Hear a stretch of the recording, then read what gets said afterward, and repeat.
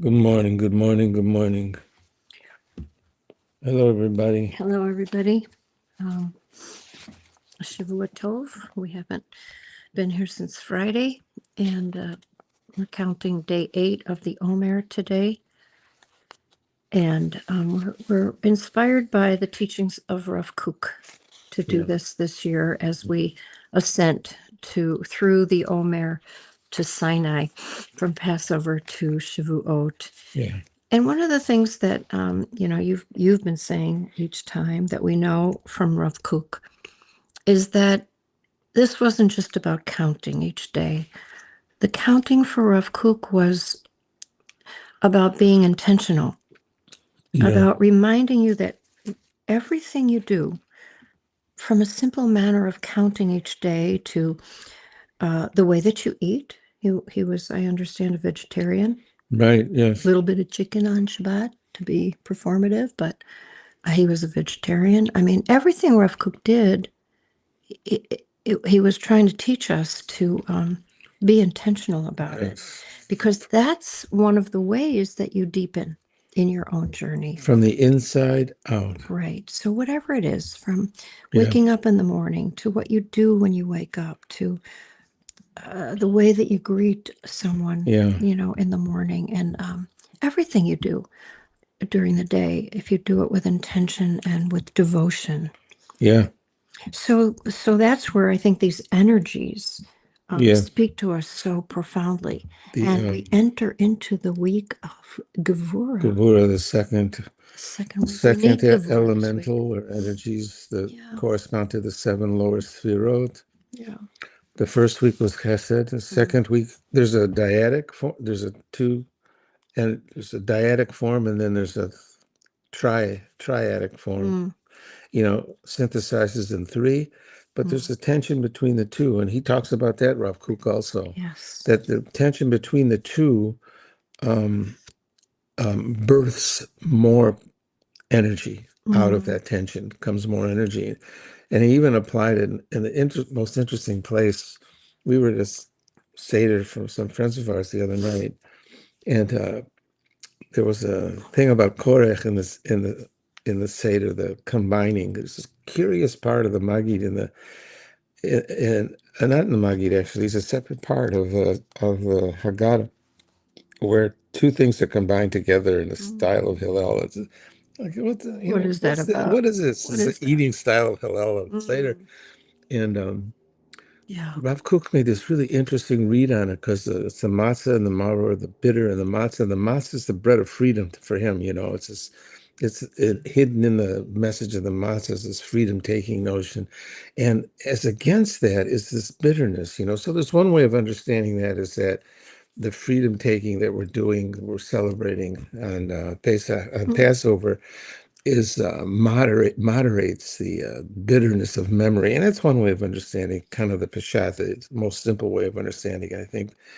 But in Rav Kook's version, was so interesting to me. It was like that tension erupts in more power of freedom taking, and without that tension between the freedom taking and its opposition, that opening, that energy wouldn't explode. So, and when I read it and I wrote about it, and I wasn't sure I believed it, and then in Rav Kook's version, there's another part of it, and that is, take this message to the world. Ultimately, we have to take this message to the world. I mean, even though we work the inner drama, we take the drama to our community, our people, but ultimately we carry this message to the world. And hidden in this drama is not only a personal drama, a communal drama, a collective drama, drama of the world. And because they're attached to the energies, the elementals, a cosmic drama. Cosmic drama. I love that. So all the dramas happening at this time of year, and at our meeting yesterday, we were talking about how when you start to pay attention to how you live, and this is from Rabbi Nachman, you pay attention in his version, you pay attention to these elementals during this period. It's kind of like a spiritual alignment. Yeah. And I realized that as we were talking at the meeting yesterday, is that whether I recognize it, I'm aware of it or not, I'm living in this time. By Mm. this time, I'm living. And when I stop to take a breath and maybe even talk about it with our meeting or something like that, I realize I'm in that. I'm in that drama. I'm inside it. I hardly even know it, but I'm inside it. I'm living it. And that's what's happening this time of year. And so this week, it'll be an interesting week. Gavura is a little bit restrained, you know. The second part of that dyad goes with chesed. On the other side, Gavura, hold on. Chesed is giving, loving, kindness, pure. Gavura, hold on a second. You can give too much away, you know. You can give everything away. Hold Yeah, on, restraint, that goes with it. restraint. Right. And maybe it's connected also to accepting one's limitations. Yeah, You know, yeah, we think we can be human doings and keep doing, and right. that everything is, in our control. But Gavura comes to remind us that we do have limitations. Yeah. We have limitations. And next week will be really interesting. I'm not going to say too much about next week, but I love the synthesizing poll next week. Well, I hadn't thought about this, and maybe it's too pshat for this moment, but you have the matzah and you have the mortar, but you also have the charoset. And the weird thing about the charoset is that if it represents the mortar, this terrible thing, why is it so sweet? Why is it so yummy? I mean, it was our path to freedom. It was our path to freedom, and maybe it is part of the synthesis between the two. Yeah, well, yeah, I don't know. another thing about Rob Cook's Yeah, version, God, there's a lot of attention given to what you eat. There's a lot yeah, of attention yeah, given yeah, to it. It surprised me how much it was about yeah. But food and but being satisfied and eating for pleasure and eating for because you don't have to, eating because you have to, that kind of thing. right. Well, that's very important. I mean, Yeah, it's one of our limitations. The fact that we have to have fuel. right. We have to, like I mean, this is talked about in AA. You can stop drinking, when you have a food, but if your addiction is food, you can't stop eating, right? Yeah. It's a can't stop. As my friend says, you have to go to the trough. Mm, yeah, You don't have to go to the bar, but you got to go to the trough. yeah. I mean, that's a hard, a really difficult thing. Hey, we should talk about the elementals before we finish, just Okay. as a reminder. So we move through them, and each one has a sensibility, and we talk about that. And there's different ways of understanding these sensibilities attached to the sphero, to the elementals, and how they apply to the counting. Hmm.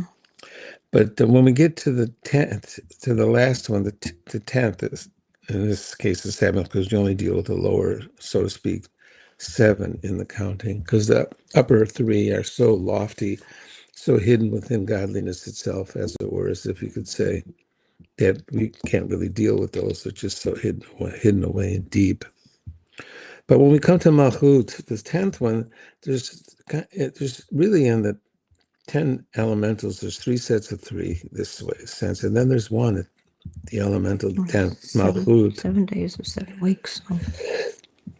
And Malchut or Shekhinah, Kala, all these things represent the 10th sphere. And I call it the spigot. I call it the spigot because it is by itself.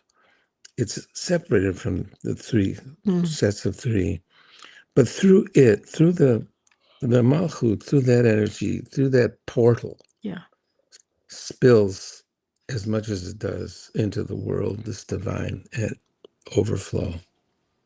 yeah.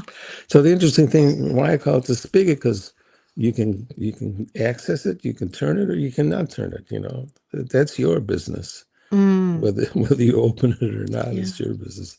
But that's how it flows. And I like this imagery of flow because I also picked that up from Rav Kook. He uses that energy a lot of water, of light, these elemental energies of flowing and that kind of thing. Which means you can get stuck. You can get stuck. So one of the basic questions of Passover was, and continues to be, what's keeping you from your freedom? What's keeping you stuck? What's keeping you from that flow? Here, I have a piece about the counting that defines in another way, the energies, Okay, all in one piece. can we dedicate it to Pope Francis? Yeah, I have a piece about Pope I Francis. know you do.